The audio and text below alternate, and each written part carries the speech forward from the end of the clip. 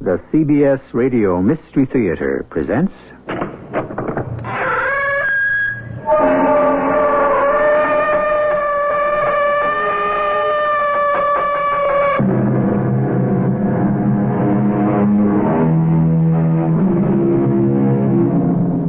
Come in. Welcome. I'm E.G. Marshall.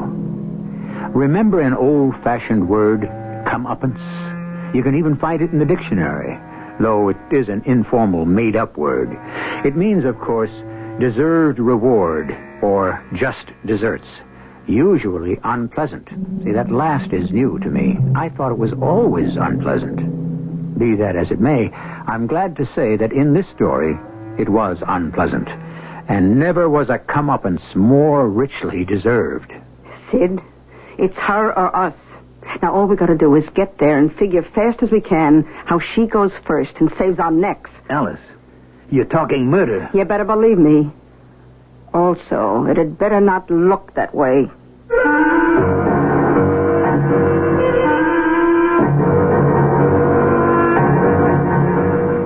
Our mystery drama, The Undying Heart, was written especially for the Mystery Theater by Ian Martin and stars Mandel Kramer and Bryna Rayburn.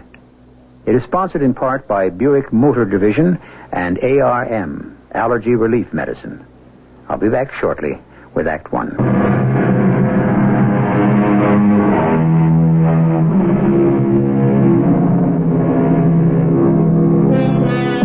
2,000 years ago, the Roman lyric poet and satirist Horace had this to say: "Cursed is the wretch enslaved to such a vice, who ventures life and soul upon the dice."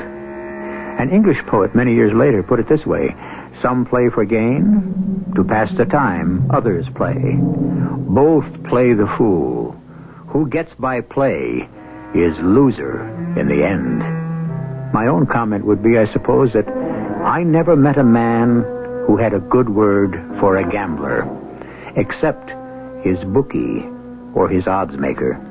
A man, for example, like Sid Parks. Who's that? You better stay out of here. I got a gun. Who is it? Take it easy, Alice. It's me, Sid. Sid, what are you doing back in Van Nuys? You aren't due back till dinner tomorrow. Drove all night from Vegas to get here this morning. What for? Will you put that heater away for Pete's sake? Oh, I'm What are sorry. you doing with my rod anyway? What would you do if you wake up in the middle of the night and heard someone at the door trying to get in? Not the middle of the night. It's 6:30 already. Alice, what am I going to do? What am I going to do? Have you been drinking? No, but I got a head that feels like I have. Make me a cup of coffee, will you? I got to stay awake, try to figure out what to do. Hey, Sid, what is it? What's happening? Make me some coffee first, then I'll tell you. Okay. And we got to start packing right away. We got to take it on the lam. Only what am I going to use for money? What do you mean? You have the $200 Sam paid you to deliver the cash. Are you kidding? That's gone with all the rest. All the rest? Sid, you broke your promise. You've been gambling again. I got took, Alice. All the way to the cleaners. Oh, you stupid fool. You know how much we needed that dough? We owe all around the lot. A fat chance that anyone has to get paid now. Oh, they'll get paid off somehow. You still have your job. No way. Not once Sad Sam finds out what I did to him. He doesn't dump me in the harbor. The boys that never got the payoff will take care of me for him. I can't believe it. You didn't. I'm afraid I did, baby. All of it. All of it, the whole bundle. 50 big ones. You gambled away all of Sad Sam's money just like it was your own? There's nothing left? Not a red cent. Oh, he's going to blow the whistle on you for sure when he... What's that? Oh, that's just the kettle. I'll make you coffee. I guess I better have some, too. Look, Alice, I didn't mean it. Honest, I didn't. I mean, Sam should never have given me that $200 up front. By the time I pulled into Vegas and parked the car, the money was burning a hole in my pocket. Well, that's all it ever does with you. You don't understand. You don't know what it does to a guy to know that he can win. To know that he can beat that wheel if he just has enough of a stake to hang in there with it. Oh, you can't ever learn, can you? Look, honey, first off, it was only a little flutter. I mean, I thought this trip was bringing me found money.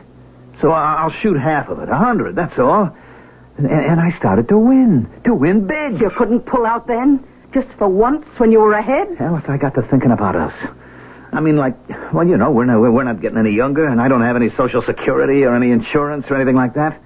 And it was going so good, I thought, here's the big chance. Make that stake. The big killing that'll put us on Easy Street. Mm-hmm. Only the wheel turned sour. Yeah. I had what I thought was a temporary run of bad luck, so I went into the Ever 100, and that got wiped out. Oh. I mean, the way it triggered on my system, you know, 1, 2, maybe 3 spins, and I had to come out winners.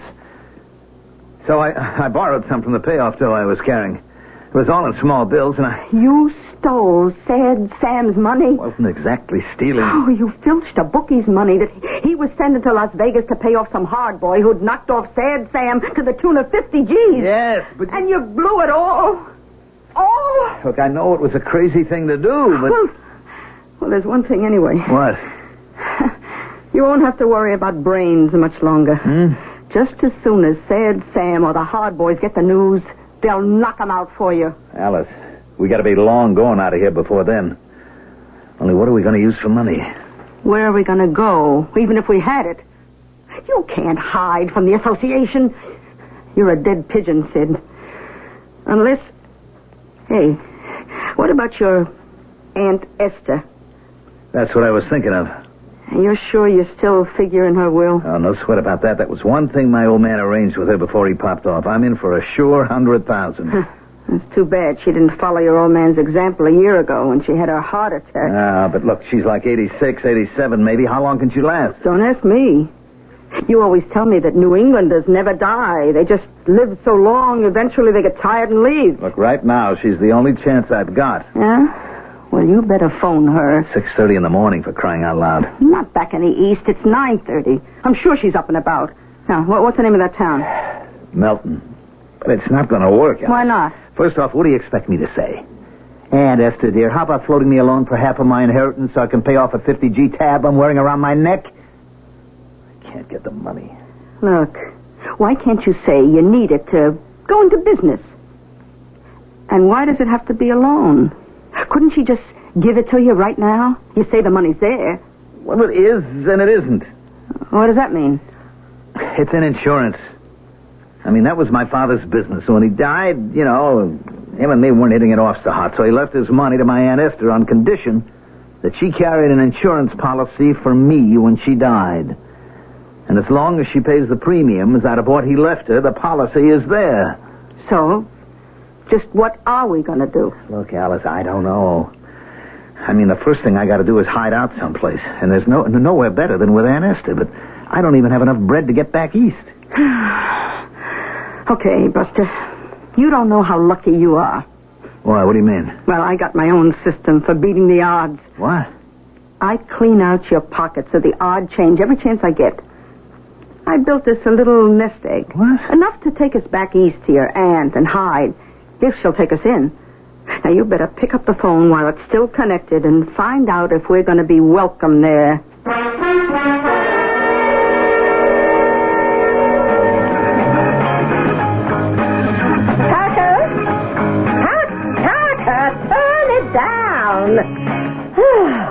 Land's sake.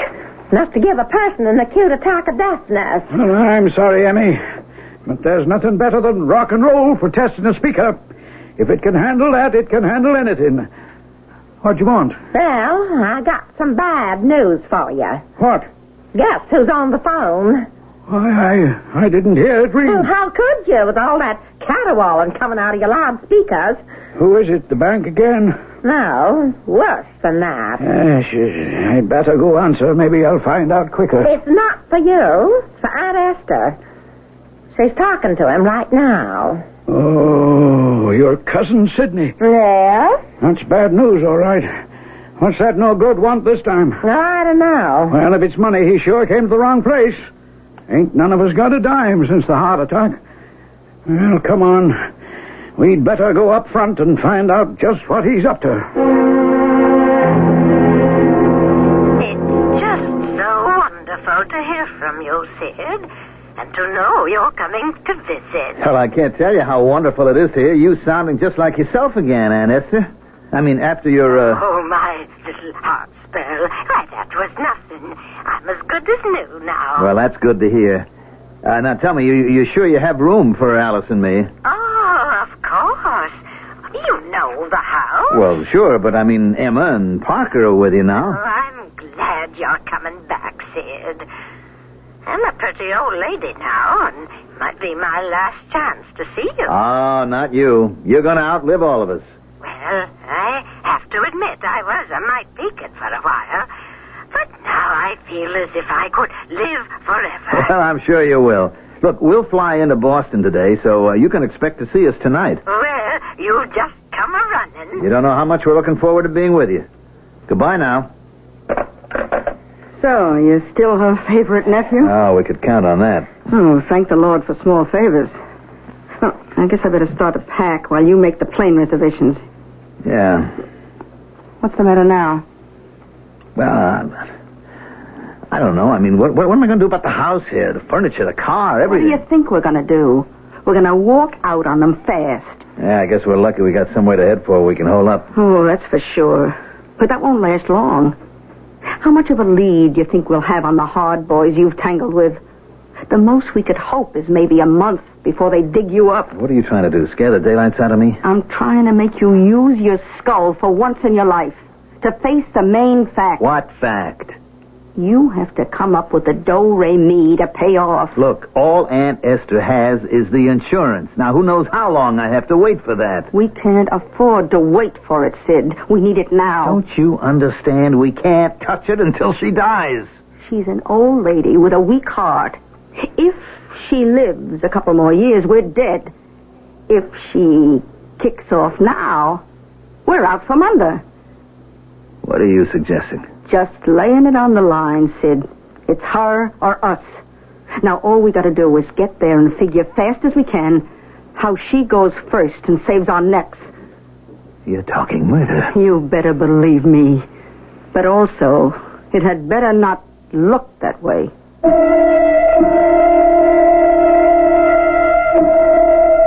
Thomas de Quincey, the English author, once wrote an essay on this subject. It was titled, Murder as One of the Fine Arts. A quote from that article is, if once a man indulges himself in murder, very soon he comes to think very little of robbing. We have the opposite side of the coin. The robbing has been done. But will murder be something that Sid or Alice can consider worth so little thinking? I shall return shortly with Act 2.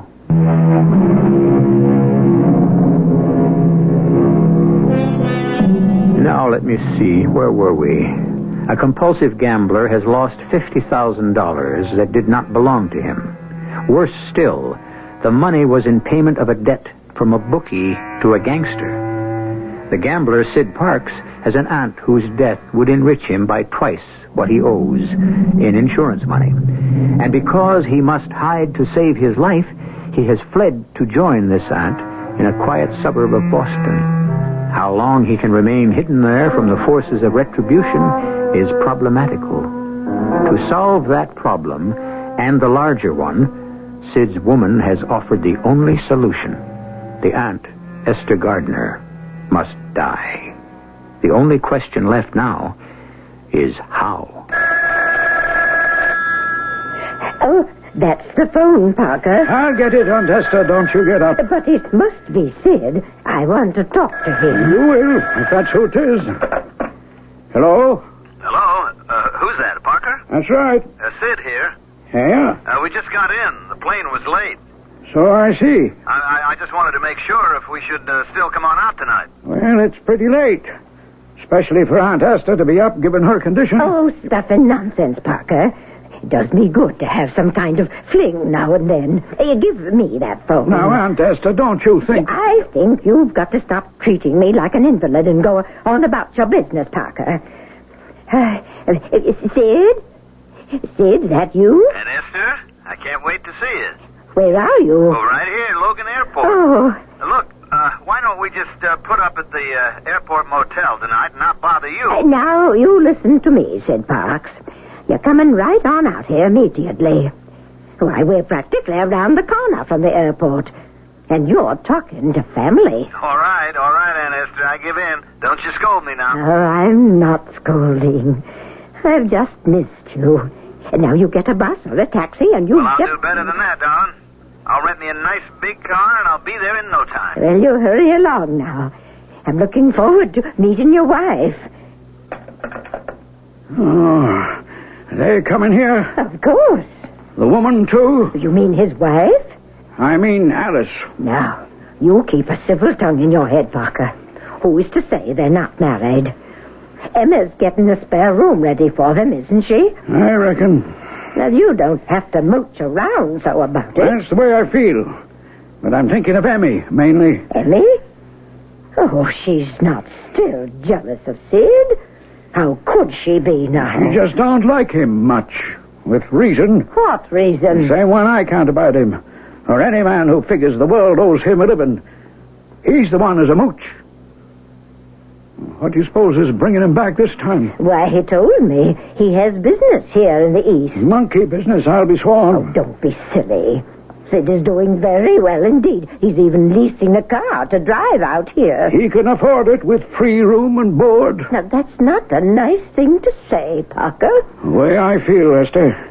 Maybe because I don't find my cousin-in-law all that nice either.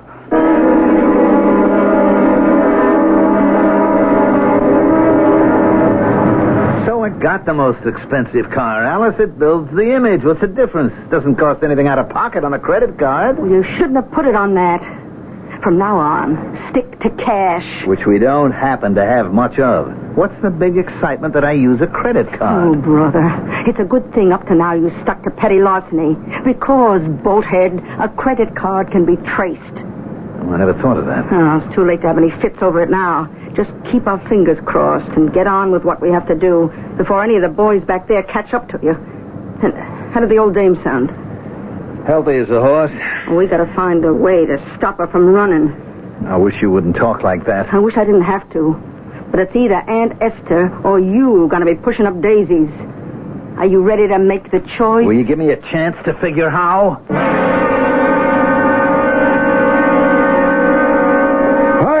Man, you die! You die! White man! Oh, you say something, Emmy? Say something? Oh, I've been screaming my head off trying to get your attention. What are you doing? Oh, just fussing around with the tape deck. Pretty near got it all set up now. That was the reverb you were hearing. Got a lot of echo effects I can get. Some of them enough to scare you out of house and home. Sound like ghosts or one of them encounters Well, now, of the can't you save all that for just down at the shop? It's enough to wake up the whole neighborhood. Not with the insulation I got in the basement here. Never mind that. And don't give me none of your electronic ghosts. I got enough of the live kind right here in the house. Ha! Ghouls, more like. They're here. Oh, dear Sid and his new woman. Alice. Ha! Some name for a man-eating shark. Well, what's he looking for? Another handout? To hear him talk, he's on top of the world. Drove up here in a big limousine or whatever. Both of them dressed to the teeth. Claims they hit a big out west. Well, maybe he has, Emmy. I believe that the day they pour cement over Boston Common and make it into a parking lot. So you don't think Sid's just dropped by for a visit? Huh? When did Sid ever drop by anywhere for just? You know he always has what he calls an angle. The usual one, money. I reckon. Only one thing I don't quite understand. What's that? He sure brought along enough bags and baggage. Never done that before. Looks like he's got a notion to settle down here. That wife, or whatever she is busy unpacking them. Wanted to know if we had an extra closet. And where's the cousin? Oh, that's sweet-talking Aunt Esther. For all the good it'll do him. Yeah, we hope. Come on upstairs, Parker. I have your hot chocolate ready. It's almost 10 o'clock and our bedtime. I don't propose to let Sid Parks change our habits any. That's because a rotten apple like him has turned up again in our barrel. Yeah, I wouldn't want him spoiling the rest of us. He won't. Let him find out for himself. He's already gotten his comeuppance in this household. By the grace of God. You sure there isn't anything I can bring you, Aunt Esther? No, Sid. Just bringing yourself back to visit is more than enough. Since Emma has already turned in, if you want, like a good boy, you could hand me my pills there on the bureau. Oh, sure. These right here? No, those are only sleeping pills. Land sakes, I never need those. I still sleep like a baby. That other bottle there. Oh, this one. What is it? Oh, I never can remember those fancy names. Something for my heart. It's written there on the label. Digitalis. Yes. What's it supposed to do? If you can believe it, it slow my old heart down a little. Uh-huh. Now, there's a contradiction for you. Seeing you again has stepped it up a piece. Well, I didn't guess that I'd mean all that to you still. Sid, your father was my favorite brother. And I have to admit, his son reminds me so much of him. You've got to be a favorite, too. Well, that goes both ways, Auntie. You want to take this Digitalis now? I suppose. Just one. I have to be careful on the dosage. Well, how come such a big bottle? Well, I have to take one 3 times a day. Oh, thanks. Need some more water in the glass? No, there's enough. Well, what about this hot chocolate that Emma brought you? Well, now, I'll tell you about that. Myself, I can't abide it. But Emmy's so good, I don't like to hurt her feelings. So, do you know what I do? No, what? Well, I keep it by me, and as soon as she goes to bed with Parker, like clockwork, 10 p.m. every night, I just get up and pour it down the sink. You won't let on now? Oh, I wouldn't think of it. Well, I guess it's about your bedtime, too. Hmm? Oh, this is a special night. No, we don't have to rush it. There's something I want to say to you, Sid. Oh? What's that, Auntie? Well, I can't tell you how happy it makes me feel to see you with a fine woman and so successful. Business is really good, huh? Well, I don't like to boast, but yes, as a matter of fact, it is, yes. Auntie, there's something I want to talk to you about.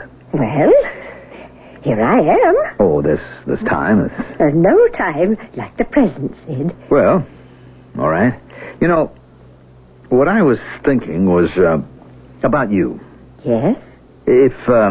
If you would like to make a little investment, let's say, like $50,000 or so, I could promise you to double or maybe even triple that within 1 year. Oh, wouldn't I like to? But I just don't have the money. Well, if there's some way I could help you raise it. No chance, Sid. Matter of fact, cash is a little problem around the house lately. Oh, how come? I thought Parker had this hi-fi business or whatever it is that's very successful. I mean, I even thought if maybe he had some extra cash lying around, I could build it up for him. Oh, no. I'm afraid this is a family that's strapped for daily cash and just has to live on expectations. Oh, you know how your father set everything up. Oh, sure, Auntie, I know. And look, my first night home, this is no time for this kind of talk. Oh, Sid, you make me feel so warm and safe. The only thing I worried about was your father's way of thinking. Always the future, never the present. You didn't let the insurance go? Oh, no, never. Last thing I would ever do. I promised him. I try to keep my promise.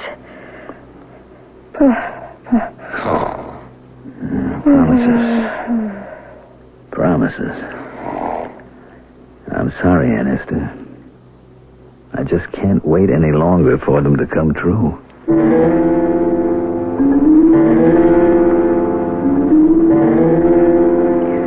What are you waiting for, Sid? Have a heart, Alice. We got the opportunity of a lifetime. We got to grab it. Not so fast. Give it time. We haven't got time. How long do you think it's going to take the association or the syndicate or whatever name you want to give those crumbs to catch up with you? And when they do, you better be ready. Okay. But I got to work things out. What's to work out? A lady with a weak heart. A giant-sized bottle of Digitalis. All it needs is an overdose, and she goes to sleep for good. It's not that simple. How do I give her an overdose with those two watchdogs, Emma and Parker, around? You put the watchdogs to sleep. How? You said she has phenobarbital she never uses. Well, your ever-loving cousins live by the clock. 1 chocolate drink every night and off to Betty by. So, spike the chocolate. What they don't know may hurt them, but it sure won't bother us. I don't know. How can we be sure that we'll be in the clear? Well, that's the one thing we got to figure out.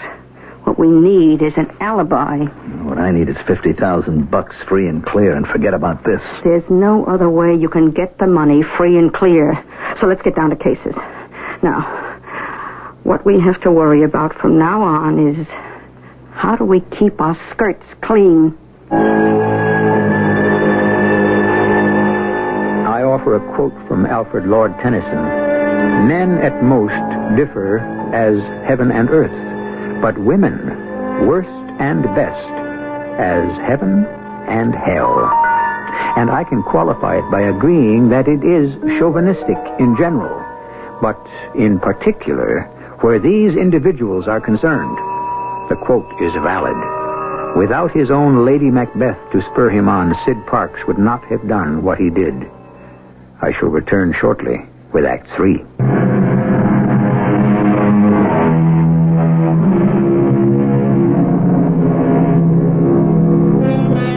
It has taken 3 days for Sid and Alice Parks to perfect their plan to murder Sid's Aunt Esther. Now all that remains is to put it into practice. The only difficulty is that planning is one thing, action another. In fact, it's questionable if it ever would have gone into action if it hadn't been for a phone call that Sid received on the 4th day. The man on the phone asked for Sid Parks. That's you, isn't it? Well, yes, Emma, but how did he know that... did he say what he wanted? I didn't ask him. Unlike some other people, I can mind my own business. I wouldn't keep him waiting. It's long distance. Oh, excuse me, Alice. Oh, pardon me if I'm in your way. Who is it, Sid? I don't know. Close the door. Yeah, sure. Who'd be calling you long distance? That's just the trouble. Who else? I told you they'd find you. What am I going to do? First off, you'd better answer the phone. Yeah. Hello, this is Sid Parks talking. You wanted to talk to me? Look, I wasn't running out. I was just trying to get the dough together to make good, that's all. Well, yeah. Look, I promise. I just got to go to New York overnight, then I'll be back here from then on. Sure, by Monday. I know I can't lose you. I ain't going to try. Who? One of the mob. There's a contract out on me, unless... How did they find you? What's the difference? They did. So? I got till Monday. Yeah. You said we're going to New York tonight. That's it. That means we're going ahead. What else can I do? Oh, don't ask me. I told you it was what you were going to have to do since the beginning.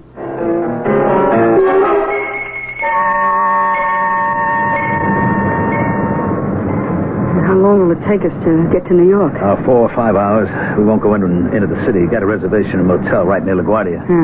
I assure you set up everything? Best I can. Some of it we'll just have to play by ear. Well, I did my part. The chocolate is spiked with enough phenobarbital to put Parker and Emma fast asleep and out of your way. Oh, you got the tape? I got it. And the recorder? Got that, too. Are you sure I can handle that all right? I'll show you once we get to the motel. Well, what plane do you plan to get? I got to make that 8 o'clock shuttle. That'll put me back at the house by 9:30. Then I'll get the 11 o'clock or the midnight back to New York out of Boston, depending on how soon the dope knocks them out. Oh, I just wish it was over with. Just wish I didn't have to do what I have to do. You know what I really wish? What? I wish I could be sure you really have the guts to go through with it. Okay. I pick up the phone, and as soon as the desk clerk answers, I hit the button on the tape machine and hold the receiver to the speaker. That's right. This is Mr. Sid Parks in room 219. I want to make a call to Boston, area code 617-555-4495. I'll talk to anyone who answers. Okay. But supposing they ask a question about the number or something. I've covered that. Now, if they do, you come right on the phone saying something like, I'll make the call for you, Sid. Uh-huh. You better finish that presentation. Oh. At At the same time, you hit the button again, and they'll hear. Okay, Alice, I better get it finished. I just want Ed to make sure Aunt Esther's all right. Then you answer something and hold on. It's just enough to establish that I'm here in New York and couldn't be in Boston. The whole alibi hangs on that. But what if Aunt Esther answers? Oh, she should be asleep. And the phone's not in her room anyway. Just don't let it ring too long. Yeah, well, let's figure the worst. What if Parker or Emma answer? Say that you're calling to see how she was. Make out like you're in a hurry, you see, and get off. And how do I warn you? Well, that's when you slip outside of the payphone and call me at the phone booth number that I gave you. It's right on the corner, about a half a block from the house. Uh-huh. That's one call we don't want traced. Okay. Now, what time do I call? From here at the motel, 10:30 on the nose. Then you can try again at 10:40. And if I don't hear from you before 11, then I'll know that the coast is clear. You really are gonna go through with it? It's my neck or hers. What can I do?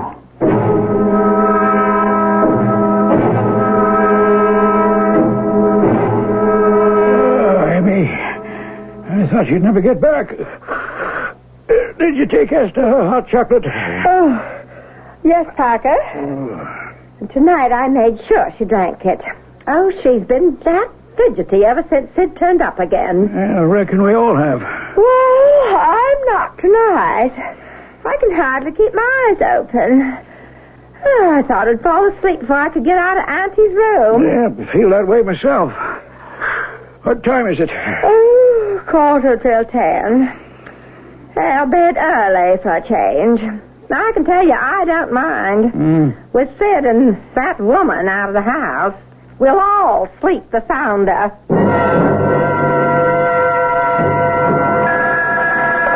Hello? Sid? Alice? Yeah. Anything wrong? No. Everything went like a breeze. I didn't even have to say anything that first call. Good. No answer? No. Or the second time. All right, I can see the house from here. It's been dark for an hour. Okay, this is it. All things being equal, maybe I'll make the 11 o'clock plane.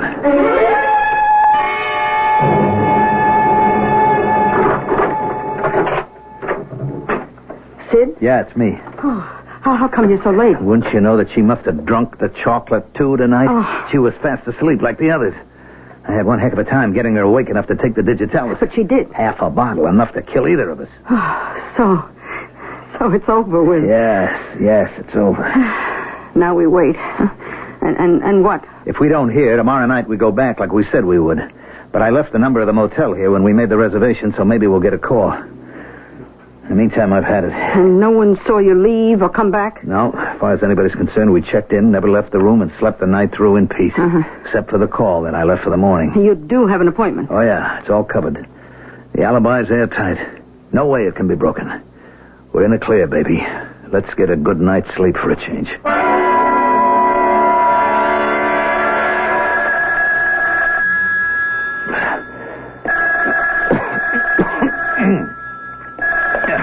Yeah? Mr. Sidney Parks? Yeah, that's right. Who's this? This is Lieutenant Thomas O'Brien, Milton City Police. I'm afraid I have a bad shock for you, Mr. Parks. A shock? It's about your aunt, Miss Esther Gardner. Oh, don't tell me she passed away. We were called here on emergency by a Mr. and Mrs. Wilson. Yeah, well, Mrs. Wilson is my cousin. It seems that somehow your aunt took an overdose of digitalis, medicine she was taking for her heart condition. Where is my aunt now? Well, they've rushed her to the hospital. She's still alive? I'm sorry to have to say it, that's just routine. The amount your aunt took was more than enough to stop a healthy person's heart, let alone a woman with a bad one to begin with. Well, you want us to drive back immediately? Well, now, I don't see there's all that need. Mrs. Wilson tells me you plan to be back by tonight. That's right. Well, why don't you leave it at that, sir? There's nothing you can do here to help us before then. I'll tell Mr. and Mrs. Wilson you'll be back as planned. And I'm sorry to wake you with such news. Well, that's all right. That's all right. I was due to get up in half an hour anyway. Thank you, Lieutenant. Well? We did it, baby. We pulled it off. From now on, we're on easy street. All we have to do now is play it cool.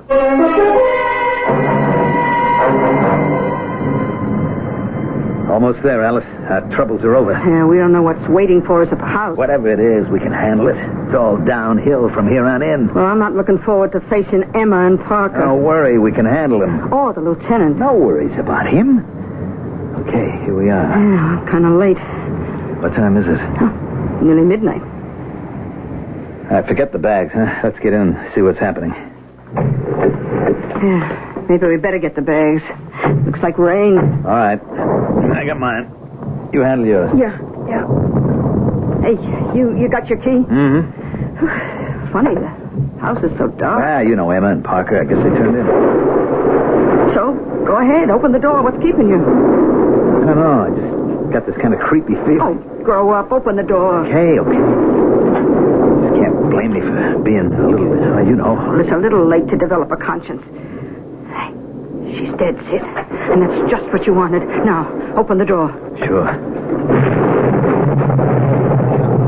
Get in, you fool. Close the door. Scared the devil out of me.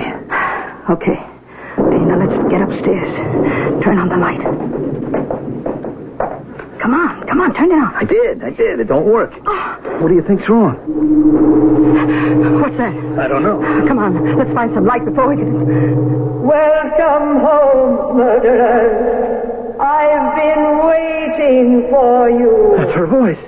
You didn't expect to see me, did you? Why should you, knowing that I was dead? I can't see you. Well, don't fall for this, Sid. Some kind of trick. Parker and his hi-fi junk. No trick, Alice. Look towards the stairs. Here I am, at the head of the stairs. Shall I come down to you? You can't. You're dead. Why should I be dead? Because I gave you the medicine, and you swallowed it, and you lay there just like I wanted it, dead. Why would you want me to be dead? Do you hate me so much? I don't hate you. I was desperate. I gambled away all my money the only way I could get enough to pay off. Shut up. No, I wanted to know that I didn't want to hurt You her. fool. This is some kind of trick. Oh, how could it be a trick? You see her, don't you? If we see her, then somehow she's not dead. Your only chance is to kill her again. You got a gun? What are you waiting for? Don't reach for the gun, Mr. Parks. We have you covered. Okay, Mills. Travis, put the handcuffs on them. They're both under arrest.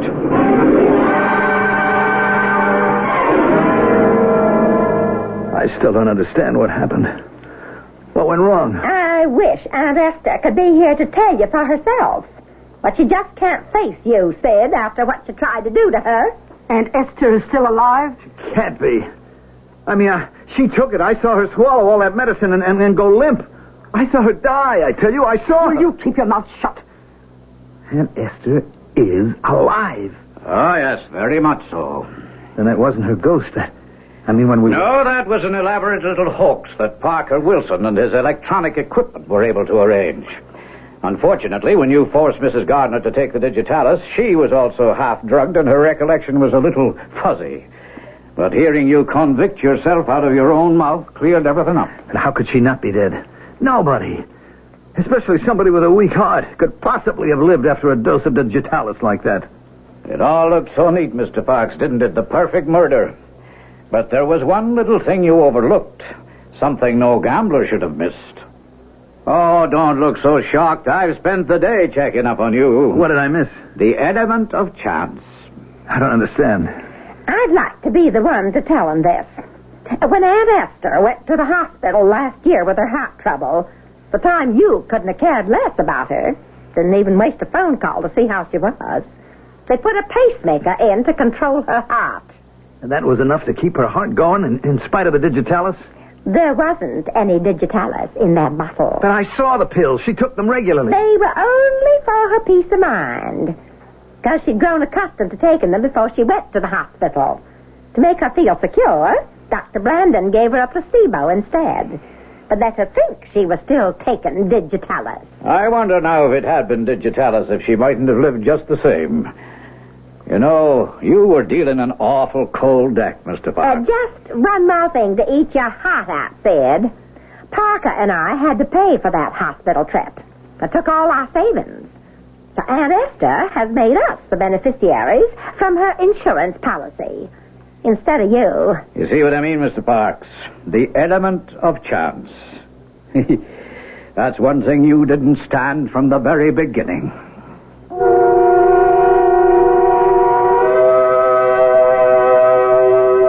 Sid and Alice were brought to trial and convicted of aggravated assault, which is a legal way of saying attempted murder. They received varying sentences. Alice, 5 to 10 years. Sid, 10 to 20. What Alice thought about her sentence, we don't report. What Sid did about his should be obvious. The mob has a long memory. He was better off behind bars, even knowing they'd still be waiting for him when he got out. I'll be back shortly.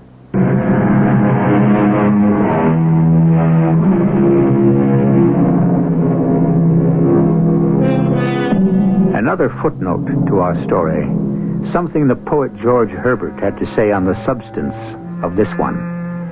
Play not for gain, but sport. Who plays for more than he can use, with pleasure stakes his heart. Sid Parks chose to stake not only his own, but an old lady's, and turned up losing not hers, but his own. Our cast included Mandel Kramer, Bryna Rayburn, Joan Shea, and Ian Martin. The entire production was under the direction of Hyman Brown. This is E.G. Marshall inviting you to return to our Mystery Theater for another adventure in the macabre. Until next time, pleasant dreams.